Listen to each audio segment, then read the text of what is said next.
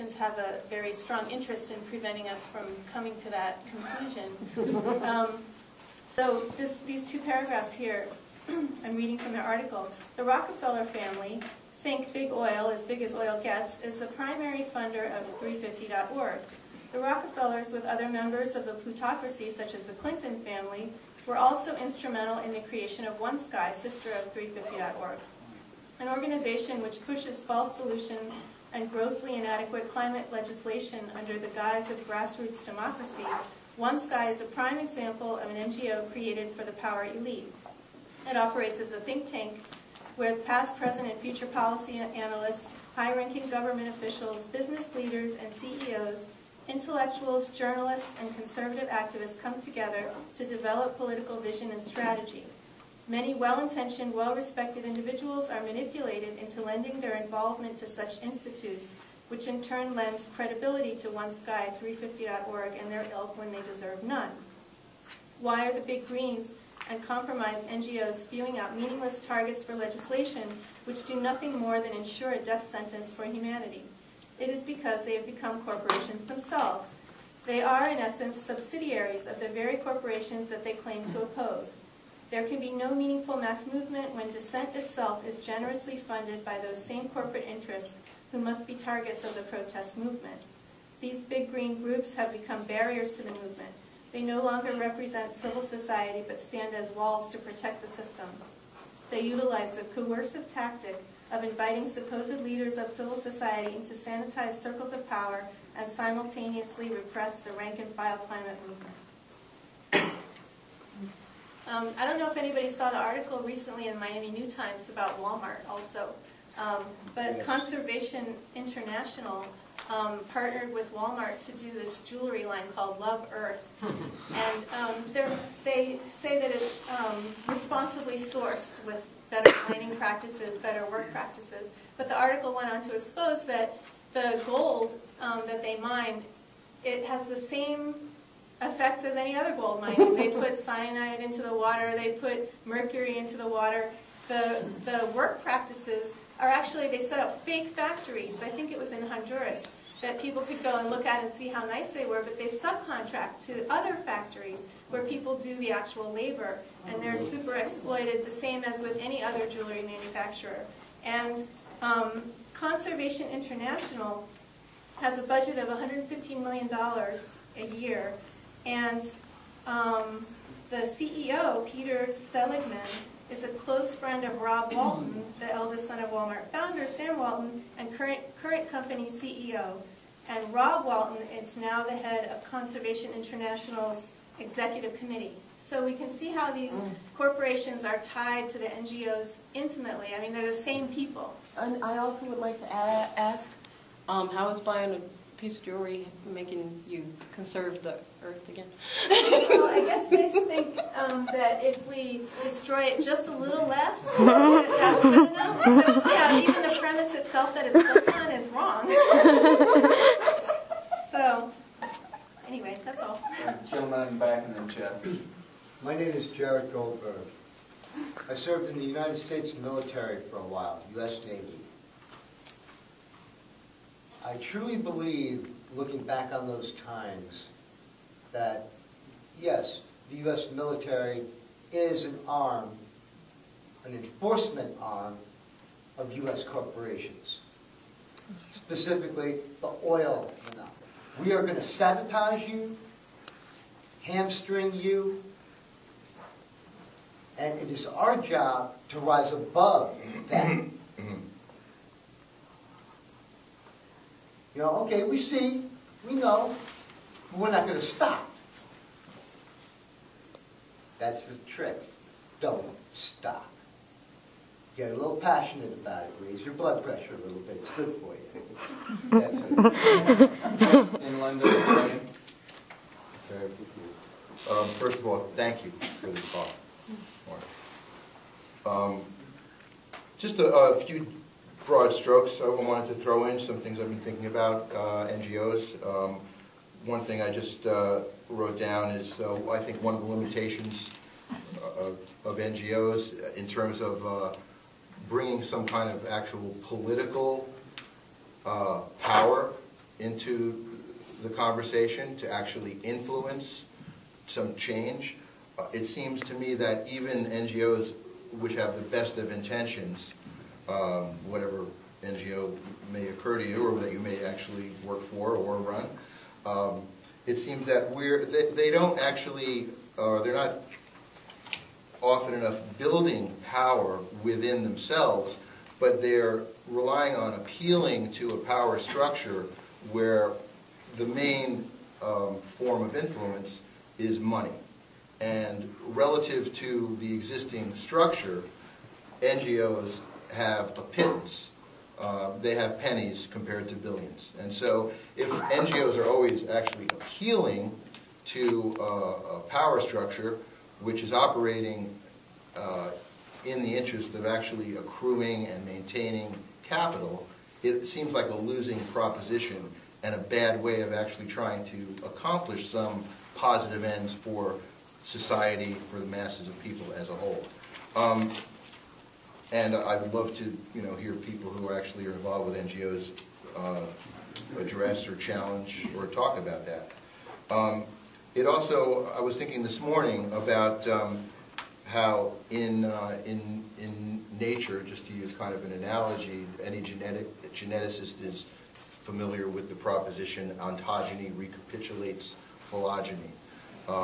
Which basically means you're not a geneticist. Yeah, what can I tell you? Basically, what it means is that higher forms actually recapitulate the lower forms as they develop and then develop into higher forms. But how that applies to what I'm trying to actually get at is that in capitalist society, institutions recapitulate capitalist social relations, so that all of the institutions which we're familiar with, the important institutions in our society, for example, NGOs, which Mark just talked about, organized labor, religious institutions, academia, the media even, they all actually follow capitalist forms, and so they actually ultimately do not challenge the system, they actually serve the system, okay? And NGOs are no different. The structures internally of most NGOs actually imitate the broader capitalist structures. And just one other point that just occurred to me, I don't know if it's important or not, but it seems to me like the terms that we use to describe these institutions, NGO, is one, and it kind of sets up this binary which really obscures what the NGO is. I mean, we have NGO, and the opposite of that would be a governmental organization. A lot of people don't like governmental organizations just because they're part of the government. So if they're bad, well, the NGOs, they must be good. They must be doing something good. So it establishes kind of this false binary. Same thing with nonprofit. Which also essentially is just a legal term, and in fact obscures the fact that a nonprofit is a form of business, and actually they make lots of profits for the people that run them. And then to me the most odious word that describes these entities is charity, or charitable organization. And when you start looking at actually generally who the main benefactors are in charities, it's the people who run them.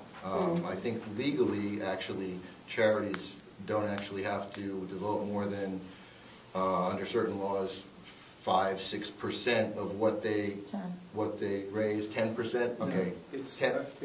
It's 5% of their of the money that they have under control, and that is that includes the money they spend on administrative costs and rent and all that stuff. Okay. So a charity could actually spend no money on charity. Okay, so there you go. So who's the benefactor of the charity? The CEO of the charity and his staff and his wife and his children. And so basically this whole system of NGOs really is a way of maintaining capital among the capitalists. Doesn't mean that money on some level in good NGOs with good intentions doesn't filter into the community. But can we ultimately, through the system, change the balance of power? And it strikes me as resoundingly that the answer is no. And just to address what you were bringing up on a personal level, I did work for an organization, Environment California, which is part of the Public Interest Research Group nonprofit system, which also exists in Florida. It has an offshoot here called Environment Florida, and we were trying to organize the office, and we were stomped on like little gnats. You know, just because it's nonprofit doesn't mean that it's socially conscious or pro-labor, certainly. Lena? Yeah, a few things. I've been concerned about NGOs and that sort of, whatever the hell that means anyhow. No, I know that, but since it's been a while, remember when everyone was all excited about civil society? It's like, oh yeah, that's great, because civil society was the people in those other countries that we could funnel money through as NGOs rather than the governments that our government didn't like. And I started hearing people talk about, and people who were kind of left, all excited about civil society. It's like, what are you thinking? And now it's kind of coming home to roost, I think, more, and I think more is becoming more aware. We say NGO, you know, first of all, there's a lot of different kinds of NGOs. I mean, I work for the University of Miami, and it would never occur to me that that's part of the movement. You know?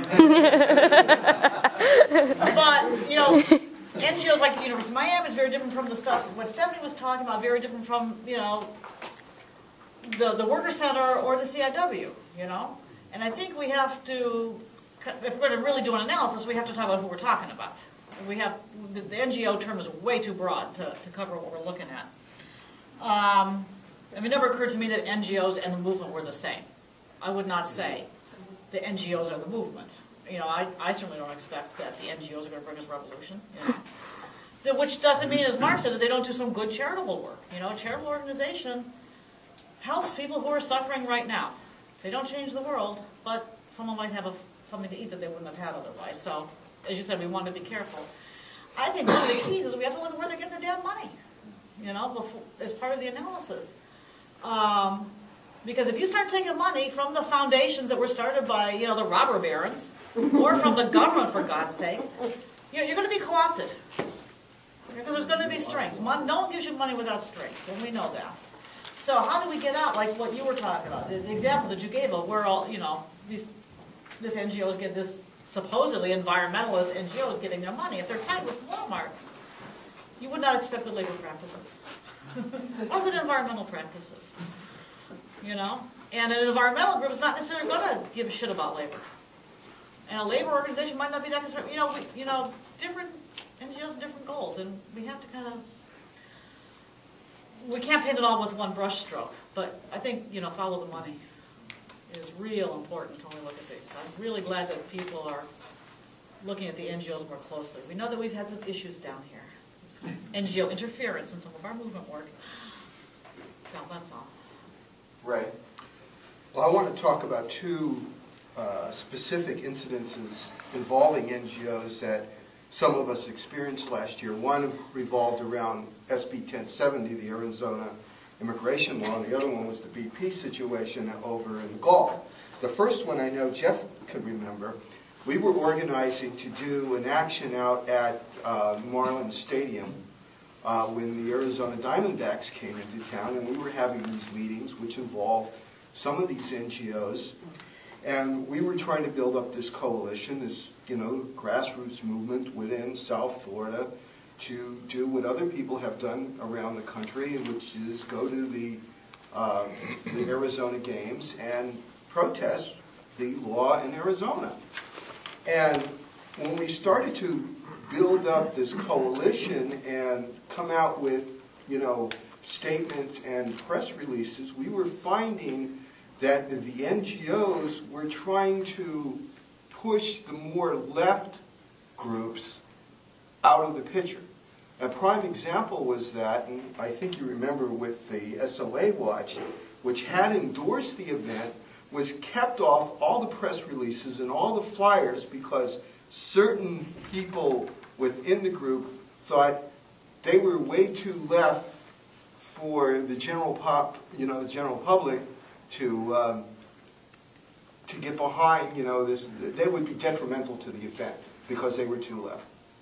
And this led to some really big arguments, and which shifts now into the BP situation. Right after the Hands Across the Stand event in July, we attempted to organize on that energy and had a meeting in which something like 65 people showed up, which was, huge.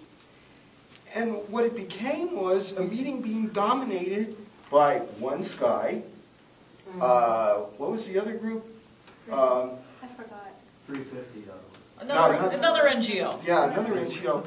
And the facilitator at that event was like brushing everybody else aside the minute somebody from one of these NGOs would come in and basically interrupt the meeting and then get the floor to talk for whatever time they needed to talk about their specific event. I think this was a prime example of what you were talking about and how they basically came in there and hijacked that whole group. And by the time, what was it, like 6-7 weeks later, that group almost completely dissolved. And, that to me was a prime example of how these NGOs can be very destructive when you're trying to organize grassroots movements.